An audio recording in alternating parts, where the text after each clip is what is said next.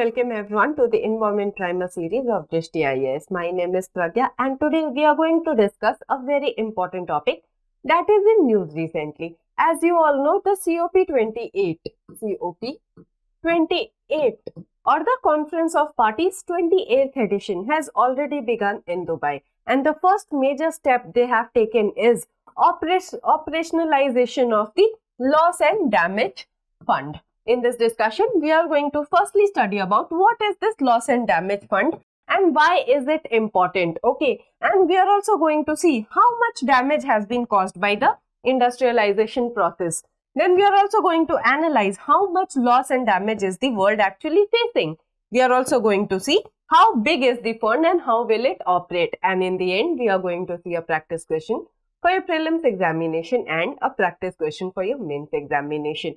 So if I talk about the background of our today's topic, this loss and damage fund is a 3-decade-old demand of developing countries. They are saying that to the rich countries that you are originally responsible for this climate crisis that we are facing. So you should bear the burden. So what is this loss and damage fund? We will be discussing in our further slides, but giving you an idea in layman terms, it means a fund, a financial compensation that will be paid by the rich nations to the poor nations who have lower carbon footprints to help them mitigate the worst impacts of the climate change. So this brings us to the moot question of our today's discussion, that what is the loss and damage fund? So if I talk about the loss and damage fund in very simple terms, so it is a global financial package to ensure the rescue and rehabilitation of countries facing the cascading effects of climate change. Okay, so this fund is basically created to help those countries who have lower carbon footprints but are facing the brunt of extreme weather events, intense cyclones, extreme heat, the worst impact of climate change, and they are not able to cope up with that. So the loss and damage fund refers to the compensation that the rich nations whose industrial growth has resulted in global warming and driven the planet into a climate crisis must pay to the poor nations who have lower carbon footprints but are, facing the worst impact of climate change. They are asking the rich nations, as I have explained to you before also, that originally you were responsible for industrialization, for rising the global average temperature. So now you should pay us not only in economic terms but also in technology transfers, so that we are also able to fight climate change, because vulnerable and developing countries are more prone to the worst impacts of the climate change. And if you'll ask me that, ma'am, whether there is a set definition of this term loss and damage fund, no, there is no set definition of this loss and damage fund.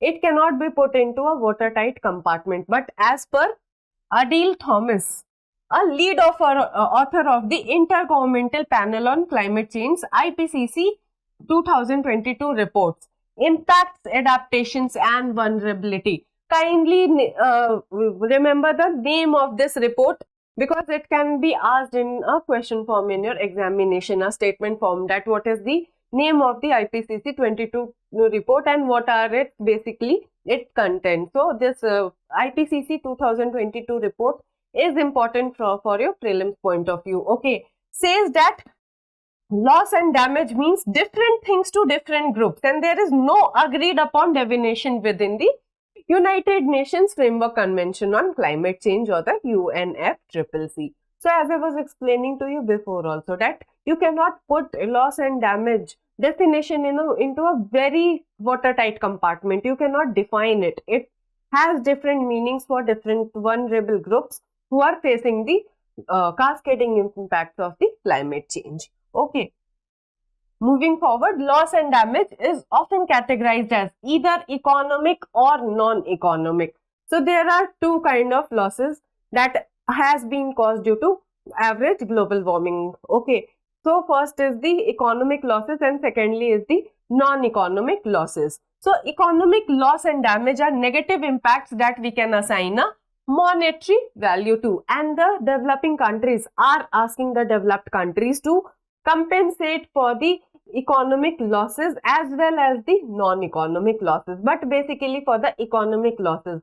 we are facing huge economic losses due to the climate change, and climate change is definitely making significant impact on those countries who are still developing, who have lower carbon footprints, but they are more vulnerable to the climate change. Okay, so these are the things such as the cost of rebuilding infrastructure that has been damaged due to a flood, or the loss of revenue from agricultural crops that were destroyed due to drought. So all of these economic factors can be assigned a monetary value too, and the rich countries are being asked by the developing countries to replenish this economic cost. Okay, and if I talk about the non-economic costs, so non-economic loss and damage are negative impacts where it is difficult or infeasible to assign a monetary value. Definitely, you can quantify an economic loss in the terms of money. But what about the non-economic loss? No, it cannot be exactly confined to or qualified by a monetary compensation. It is difficult for it to be categorized by a monetary compensation. Okay. So these are the things such as trauma from experiencing a tropical cyclone, loss of community due to displacement of people, or loss of biodiversity. Let me tell you an interesting news. A country is going to exist only virtually. Why? Because it has completely sunk due to climate change. So they are trying to maintain their sovereignty virtually. They are trying to make their presence virtually. So this is also happening, that most of the small islands or small countries are completely sinking due to overflooding caused by climate change, and they are now trying to make their presence virtual. So this is a very interesting thing that is also happening due to climate change, that many countries are on the verge of losing their physical presence altogether. Okay, so these can be categorized as non-economic losses of climate change. Okay. Now let us discuss how much damage has been caused by industrialization, because damage can be quantified into monetary losses, and as I have explained to you before also, that yes, these monetary damages due to climate change are huge. We are facing huge economic losses due to the worst impacts of climate change. Okay, so the industrial era started in 1815, disrupting Earth's natural mechanism for the production and absorption of greenhouse gases. Okay, and today the US, UK and the European Union are considered to be responsible for 50% of all the greenhouse gas emissions. And if we bring in Russia,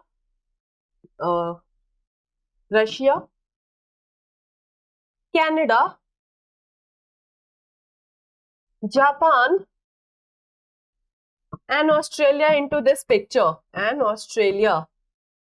okay, into this picture, this greenhouse gases emissions will increase to 65%. So all of these countries combined have caused 65% of the greenhouse gas emissions. If you talk about India, India is responsible for only 4% greenhouse gas emissions in the history. Currently, China is the major important greenhouse gas emitter since last 15 years, and it is adding 30% to the greenhouse gases emissions on a yearly basis. So see, all of these rich and developing nations which were responsible for the industrialization, the industrial era of 1850s, have actually significant impact on the greenhouse gases emissions. Greenhouse gases comprise methane, nitrous oxide, water vapor and carbon dioxide, with carbon dioxide responsible for the most of the global heating. Why? Because the carbon dioxide remains suspended in the air and hence causing warming. Okay, that is why we often talk about carbon dioxide removal from the atmosphere by both artificial and natural sources. Okay. Now let us discuss how much loss and damage is the world facing in terms of monetary terms. Okay, so the research shows that 55 vulnerable countries have suffered over $525 billion combined climate crisis fueled losses in the last 20 years. See, whenever a country is developing, it requires money to build the infrastructure. It requires money for them to make their presence, to increase trade, increase their interactions, and to add to value to their economy. So climate change is definitely depleting their economic resources, depleting their infrastructure. So if I talk about the monetary value they have lost, it is $525 billion. The number is estimated to reach $580 billion per year by 2030. So just imagine the huge losses we are facing as an impact of climate change. And most of the news channels or most of the media is not talking about the economic losses. It is just talking about the loss of life, etc. But yes, it has a huge economic cost as well that is being beared by the developing countries. The developing countries are more susceptible to economic losses than the developed countries. Okay, and according to the IPCC, losses and damages will increase in future as global warming continues to rise, and that is why we are talking about very seriously taking the 2030 agenda very seriously. We need to work upon the 2030 agenda, because if we are not trying to achieve this 2030 agenda, we will even face more economic losses. The developing countries will face more economic losses. There will be loss of communities and loss of countries altogether. They will go bankrupt by trying to mitigate climate change, and that is why we are talking about a loss and damage fund that has to be supported by the developed countries who have more means and more financial as well as technological means to support the developing countries who are facing the inverse impact of climate change. Now let us discuss how big is this loss and damage fund and how will it be operated. If you ask me the present size, that for what is the present investment, it is $475 million. Okay. So initially in the Bonn Climate Change Conference as well, and in the COP27 as well, the developing countries were asking the US to pledge $100 million per year, but this was not possible for the US as well. The US is arguing, other developed countries are arguing that we are also facing the economic recession, aftermath of COVID pandemic. So it is not actually possible for us to give you 100 million per year.